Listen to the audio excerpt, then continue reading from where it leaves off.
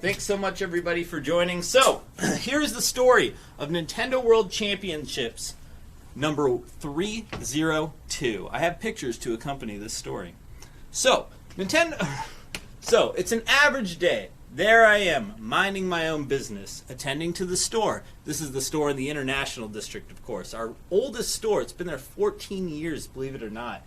And being around so long really sinks into people. Like, it permeates in the whole community, so people know this is the place to go if you've got old games. And I think that's really what helped us in this situation. So, a guy and his fiance, very normal looking guy. I don't know exactly how to describe him other than to say he just looks like the most normal man ever. Very clean, normal baseball fan. That's what I would call him. Great guy, very, very friendly and everything. And same with his fiance or whoever he was with. They come into the store with just a bag of NES and a couple 64 games. It's a typical day. You know, any given day at the store will process, I don't know, probably 10 trade-ins, you know. So first one of the day hits early, about noon, and there I am going through the trade-in, and I am pummeled with the most boring games you can possibly imagine. And I'm really not exaggerating here. I got a photo of the games he traded in with Nintendo World Championships, and you see this is the stack of NES games to accompany it. We have what's that, Mad Max? All right, that's all right. That's City Connection. That's okay too. Sorry, I'm not looking very credible now. This NES Open Football, Strider, Bandai, Cobra Command. It's just very, very, very basic games. You know what I mean? Like, nothing really stand out. The 64 games also, I don't remember all of them, but they were no first-party things, nothing to get excited about. You got things like Jeopardy, etc. And literally, as I'm going through the bag, bored out of my mind, I reach the bottom of the bag, the very last game, heavy as hell. And I'm like, what the fuck? Pull it out. It's Nintendo World Championships. So right away, my brain can't process the possibility of this being a real Nintendo World Championships. No way. No way that could happen. So I assume it's a reproduction. You know, you can pick these things up for $50. We don't sell anything like that here, but you can find them on eBay pretty cheap. You know, it's a reasonable purchase rather than spending the God knows what on the actual cartridge. So I'm like, okay, cool. Clean and test it first. It's working. I'm like, okay. Let's open this thing up because it's looking very old and worn in. Usually the reproductions don't really look like that. This every moment, a little bit more of my brain is able to process what I'm seeing, and yeah, I'm realizing, oh my God, this is a real thing. And right away, I'm like, you know, this is all seeming like a setup for a joke. Like, so I literally across the store asked the guy, hey man, are you pranking me or something? And he turns around, he's like, what? What do you mean? What, pranking? No? Like, you know, he didn't really know how to respond. And I'm like, yeah, are you joking with me or something? Like, you got Nintendo World Championships here? He comes over, he's like, I don't know, what is that? Like, okay, all right. What? How is this possible? Everybody, well, I must live in a bubble because I'm thinking everybody knows about this. But no, of course they don't. So I tell the guy, man, this game is worth thousands of dollars. And he's like, whoa, really? I'm like, yeah. Where did you get this? Why on earth do you have this and not know what it is? That doesn't make any sense. And the guy's explaining, like, he's like, well, you know, I used to collect this stuff a long time ago. He's saying long time ago as in before collecting was a big thing, you know, before when you could pick up NES games at Goodwill. I know that wasn't that long ago, but before the NES games started to really sell, you know. And I'm like, yeah, man, this is worth a lot. This is going to take me a minute. And he goes, oh, okay, yeah, sure. He's just looking around the store. We have like a Street Fighter thing set up, so he's playing his girlfriend or whoever there. And I'm just going through, and I just am kind of in disbelief, figuring out what previous ones have sold for. And it comes up to that moment where I'm just like, I guess we're doing this. I figure, and I walk up to the guy, pull him aside. You know, I don't want to put the word out in the store. It's kind of a special occasion. So I pull the guy aside. It's his girlfriend whispered to him. I'm like, hey man, this thing like sells for like $15,000 to like maybe $20,000. Like if it's in good condition. Now this one isn't in the best condition, but this thing, it's not unreasonable to assume it will be in that range. You know, as a store, we have to take on some kind of risk and liability. You know, somebody could walk in right now and kill me because I'm going to post about this because I have no self-control. And it could burn down in a fire. You never know, you know. I'm buying a small piece of plastic. So I tell him, I'm like, look, man, I could offer you $13,000. Reasonably, like I said, these things have sold for 15 to 20. If you would like to do that, I completely understand. It was just nice to see the thing. And the guy's like, oh, yeah, I don't, sure, whatever. So basically what I've just witnessed is a man living the dream that I think we all had at one point when we watch something like Pawn Stars. If you remember back to that guy, or not Pawn Stars, Storage Wars. Remember a guy finds an NES, he's like, oh, this is NES 001, this is worth like so much money. And you get the idea in your head like these old games must be worth a ton of money. It's impossible. Like, maybe I'm the one who has those games. And this guy wandering into the store doesn't even realize that he's just won the lottery. He doesn't know how, but he brings it right in. And there he goes. He gets to live that dream that so many of us have had and never fulfilled. It's incredible. It was an amazing moment. It was very satisfying to bring that to him. And of course, he was very happy about the whole thing. Now, we did sell it today. Like I said, it was about a 24-hour turnaround, and it was not difficult. Unfortunately, as anybody who regularly views the stream knows that I'm pretty open about everything. I don't keep anything a secret really around here.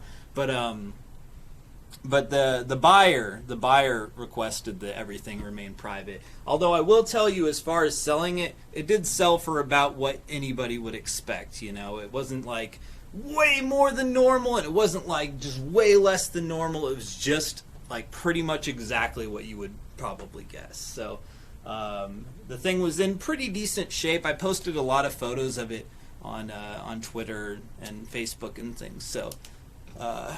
So yeah, you can guess from there. I'm sorry I'm not allowed to say with respect to the buyer. I think even what I said probably isn't the nicest. But yeah, I gotta respect his wishes, and I appreciate everything going so smoothly. It was really a lucky coincidence because the buyer happened to be in town. He doesn't really live here, and he was able to just pick it up and go. So it was really great.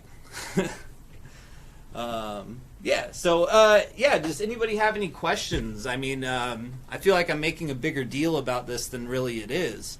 But yeah, does anyone have any questions about it? I was really happy. It's like kind of like the dream that something like this happens realistically. Are you glad you were working that day? Definitely. How'd you validate the cart? Matt B N YYC.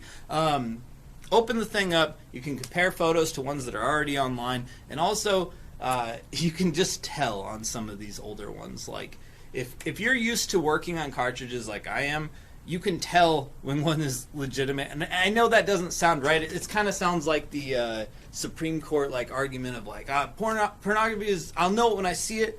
That's kind of how I feel about it. I can't quite explain it.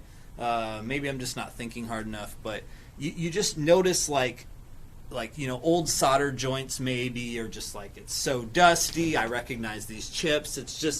It's a lot of that. It's just so much that I can't quite explain everything. So why did he have this thing again? Well, he didn't say. He doesn't know how he obtained it. We took down his name. Can't put his name out there, but Kelsey, she's such a great researcher. She went out looking to compare his name to all of the contestants of the Nintendo World Championships in 1990, and also the raffle winners. And he didn't match up with any of them, either with first or with last name. So he wasn't one of those guys. It kind of I've thought about it a lot, and my guess is that he just came across it out in his travels. The guy just, he was collecting NES games. He said he thought that it looked really interesting. Excuse me. When I asked him, he said, "Oh, I thought it looked really interesting, and I always pick up this kind of stuff. That's just kind of how I am." So, yeah, he just maybe picked it up at a garage sale, a flea market, who knows? Back when nobody would have thought about it. Was it a new number? Yes, SWAT. It was a new number, never been documented before. It's number 302. And now we have a little bit of history of that, and we have a little expanded knowledge of what is out there. Definitely a garage sale, you think, Punk? Yeah, maybe. I did play the game to try it out, and, I failed. So the way it works, if you're not familiar, and it's a good thing I explained this to the buyer as well, because he would have been a very confused guy if he got home. When you pop the cartridge in, player 1 port doesn't do anything. You got to plug into player 2 port and press start, which will start the whole thing. So after that, you move your controller back to port 1, and you play through 3 games. You play through Mario Brothers, you need to collect 50 coins. You play through Rad Racer. I don't know exactly what I was doing. I think you do 3 laps. I don't know. So I did that, and then in Tetris, you need to get 10,000 points. And I failed on Tetris because I suck at these old video games. But yeah, so typically you'll get like a final score, and then that's what. When did Kelsey find out about this? Before or after purchase? Well, kind of in the middle of the purchase. That's a good question. I call Kelsey up and I'm like, hey, I know this sounds weird, but what do these sell for again? Can you remind me? Am I crazy? Like what I'm seeing online recorded, is this about right? And she's like annoyed, like, what? Like, what are you talking about? And I say, yeah, I got one here. And I'm always joking around. I'm never serious. So she did not believe me for, like, I eventually just hung up on her, and I'm pretty sure she still didn't believe me when I told her that there was one there. Yeah, of course, Mystic, yeah, she did not believe me at all. Were you nervous about having it? Yeah, that was an interesting aftermath effect of when it was traded in. I immediately called in one of my employees to come cover the store so I could get rid of it. I don't want it sitting around in the store all day. Although this is a very trackable item, being like, it's numbered. I still just don't feel safe having something so small worth so much, and blasting it out to the world as I foolishly did right away. I just couldn't help myself. It was so cool. So as the employee's coming, like, I have the rest of the games that he traded in, those kind of boring ones, and I'm trying to just simply clean and test and then process them through the computer, and I can't. I'm going at a rate of about 1 game per minute. Like, 1 game per 10 minutes. It was awful. Like, I just couldn't function, and people come in, and I'm just like, I forgot how to socialize, It was very odd. Finally kind of snapped out of it like a couple hours later after I ditched it, and I was like, it's a weird feeling. Did you have any thoughts after displaying the game overselling? Wait, what do you mean? Did you have any thoughts about displaying the game? Oh yeah, some people were mentioning that, like maybe putting it like in a glass display, like, wow, look at this, look at what we have, it's great promotion. But no, I'm not really interested in that. I think our store's never really been about like, whoa, look at this insanely rare thing. Like, we certainly have rare games through the store, but we sell them. We're not holding on to them. Let them go. Let them get out there. How'd you come across the buyer? Well, about 1 million people reached out to us right away. I guess the phone was ringing off the hook all day long today. And he just happened to be one of the guys who stopped in the day before and purchased some pretty rare games from us as well. So we thought, like, well, I mean, if you can be here in person and he's clearly serious, we've already met the guy. Let's try this. This seems like the path of least resistance. Let's do this. Let's see here.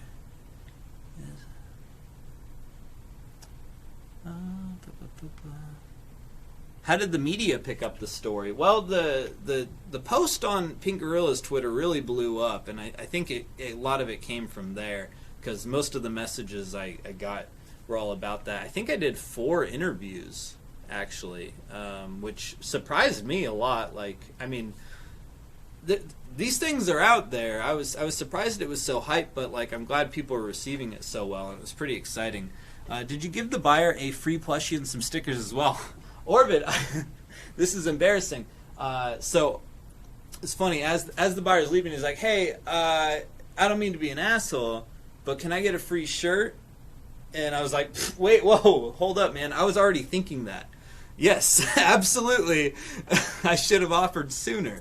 And then I offered him a plushie, and he's like, I'm going to pass on the plushie. I'm proud of these things, man. I just made them. They're great. But he said no to the plushies, so that's all right. Is your favorite game still Thug or Nintendo World Championships now? I'd say it's probably still Tony Hawk Underground or Tony Hawk 4 or any of the Tony Hawks.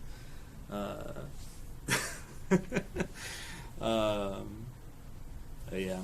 Any other questions? Did Kelsey get to do any historical documentation of it? Well, she had me take about 1 billion photos of the thing from every angle.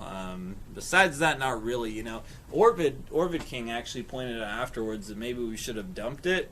So my mistake there. But it seems like it's going to a really good home, and it's not like this thing's going to disappear off the map or anything. So I think we'll be all right.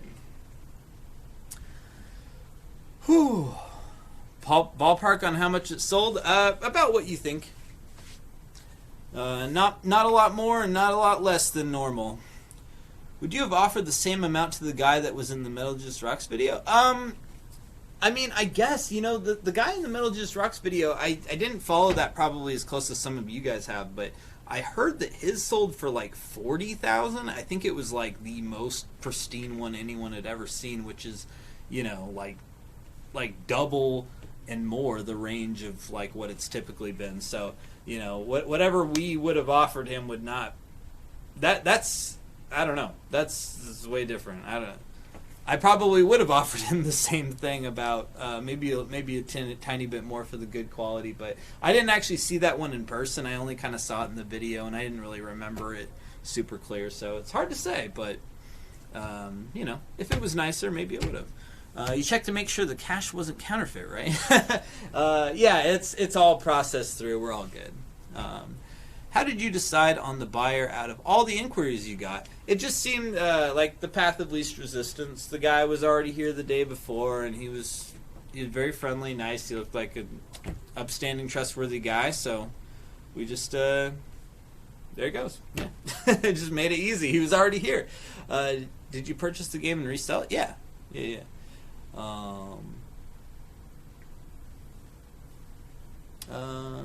Did you play it before you sold it? Yes. Yeah. Well, I failed playing it, but yeah. Okay, cool. I think that's about it. I'm gonna cut. Cool. Feel free to keep asking questions or whatever, but that's gonna be the end of the YouTube video when I go cut.